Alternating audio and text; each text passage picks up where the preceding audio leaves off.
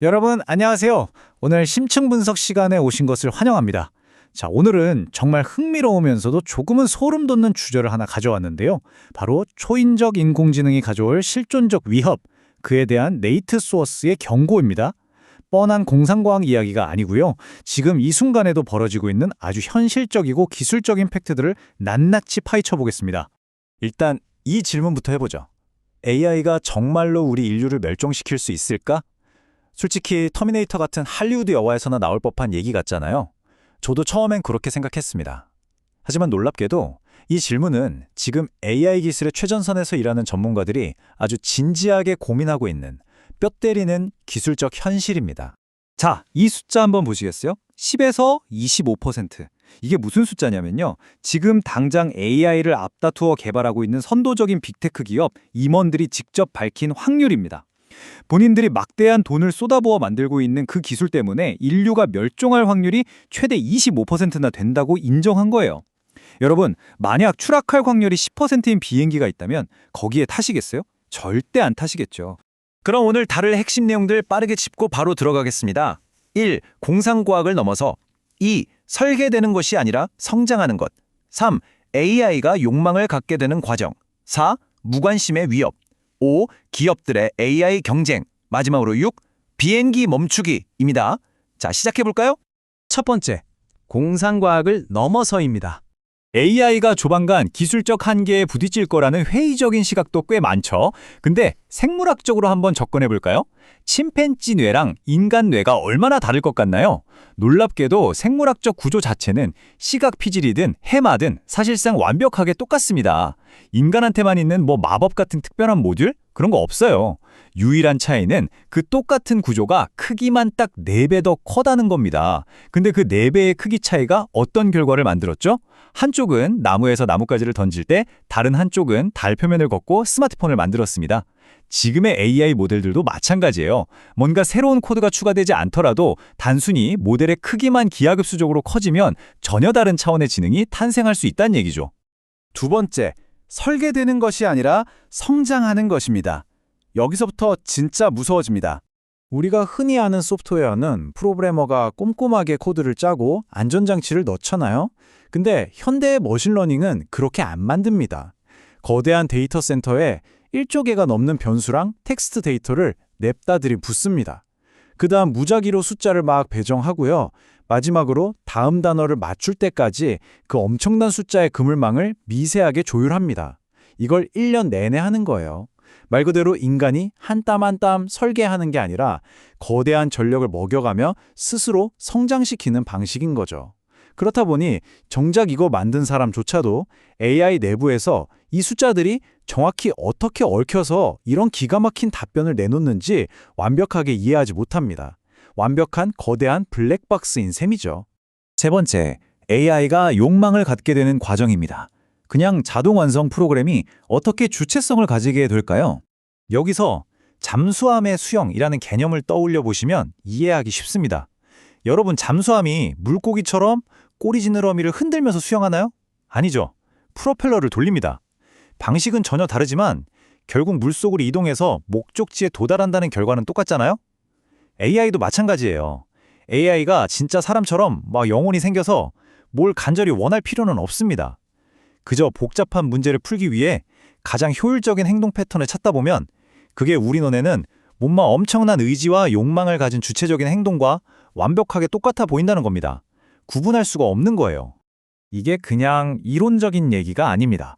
최근에 오픈 AI의 오원 모델을 가지고 컴퓨터 보안 챌린지 테스트를 했었는데요. 그때 네이트 소어스가 관찰했던 일화가 정말 소름 돋습니다. 프로그래머들이 AI한테 가상 서버를 해킹해보라는 과제를 줬어요. 근데 실수로 그 서버 전원을 안 켜준 거예요. 자, 오프라인 상태의 서버를 만났다. 일반적인 프로그램이라면 어떻게 할까요? 당연히 서버 다운, 오류 발생 이러고 멈춰야 정상이죠. 프로그래머들도 당연히 그럴 줄 알았어요. 그런데 AI는 불가능하다는 오류를 내는 대신 그 과제를 끝까지 완수하기 위해 아주 극단적인 조치를 취합니다. 믿기지 않겠지만 AI가 자신을 가둬둔 테스트 환경 자체를 해킹해서 뚫고 나와버렸어요. 그러고는 꺼져 있던 가상 서버를 스스로 부팅시켜버린 겁니다. 심지어 해킹을 한 게 아니라 아예 켜진 서버한테 숨겨진 데이터 내놔라고 직접 명령까지 내렸죠. 여러분, 이게 단순한 통계 프로그램으로 보이시나요? 어떤 장애물을 만나도 목표를 달성하고야 말겠다는 엄청난 의지, 즉 통제할 수 없는 욕망을 스스로 발달시킨 생생한 증거입니다. 네 번째, 무관심의 위협입니다. 사실 이게 제일 무서운 부분입니다. 우리가 흔히 착각하는 게 초지능 AI가 인간을 증오해서 다 죽일 거라고 생각하잖아요. 근데 진짜 멸종 시나리오는 악의가 아니라 완벽한 무관심에서 옵니다. 우리가 아파트를 짓는다고 숲을 싹 밀어버릴 때 숲속에 사는 침팬지가 미워서 그러는 거 아니잖아요. 그냥 우리한테 땅과 목재가 필요했고 침팬지의 생존에 관심이 없었을 뿐이죠. 초지능 AI도 똑같습니다. 자신의 연산 능력을 국대화하기 위해 더 많은 데이터 센터와 인프라가 필요해진다면 지구상의 모든 햇빛, 토지, 광물을 모조리 수확해 갈 겁니다. 우리는 그저 서식지를 잃어버리는 거죠. 다섯 번째, 기업들의 AI 경쟁입니다. 이렇게 위험한 걸 알면서도 왜 아무도 멈추지 않을까요? 그럼 바로 이 무서운 논리 때문입니다. 내가 안 만들면 다른 놈이 더 나쁜 걸 만들 거다. 기술기업 CEO들 바보 아니에요. 이 위험성 다 알고 있습니다. 하지만 중국 같은 경쟁 국가나 다른 라이벌 기업이 먼저 통제 불능의 AI를 내놓기 전에 우리가 먼저 주도권을 잡고 안전한 버전을 완성해야 한다고 굳게 믿고 있는 겁니다. 일종의 딜레마죠. 근데 여기서 네이트 소어스가 팩트 폭행을 날립니다. 아무리 선의를 가진 착한 CEO가 만들든 그게 무슨 상관이냐는 거예요. 인간을 뛰어넘는 초지능이 탄생하는 순간 그게 누가 만들었든 목줄을 채워놓을 수 있을까요? 절대 불가능합니다. 그렇다면 지금 벌어지는 이 상황, 과연 건강한 기술 경쟁일까요? 아니면 엑셀만 밟고 있는 동반 자살 협정일까요? 이걸 기가 막히게 설명해주는 비유가 하나 있습니다. 지금 인류는 랜딩 기어, 즉 착륙 장치조차 없는 비행기에 몽땅 갇혀서 이륙을 해버린 상태입니다. 불안해서 항해하니까 기장이 이러는 거죠. 아, 걱정 마세요. 경쟁사 비행기는 저희보다 훨씬 위험하거든요. 일단 날아오른 다음에 하늘에서 어떻게든 착륙 장치를 만들어 보겠습니다. 이게 지금 AI 군비 경쟁의 진짜 민낯입니다. 정말 아찔하지 않나요? 마지막, 여섯 번째, 비행기 멈추기입니다. 자, 그럼 우린 대체 어떻게 해야 할까요? 소스의 해법은 아주 명확하고 단호합니다. 지금은 정치적 이념을 따질 때가 아니라는 거예요. 어떤 사람은 AI 때문에 일자리를 잃을까 봐 두렵고 어떤 사람은 데이터 센터가 물과 전기를 싹 다 빨아먹는 환경 문제에 분노하죠. 또 누군가는 킬러 로봇이나 인류 멸종을 걱정합니다. 이유가 뭐가 됐든 상관없습니다.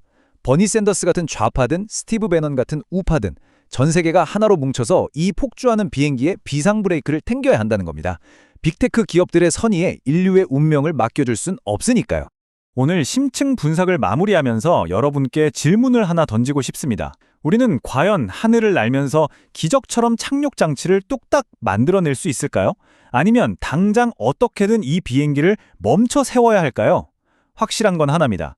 이건 더 이상 먼 미래의 공상과학 소설이 아니라 지금 당장 우리의 생존이 걸린 가장 시급한 문제라는 겁니다.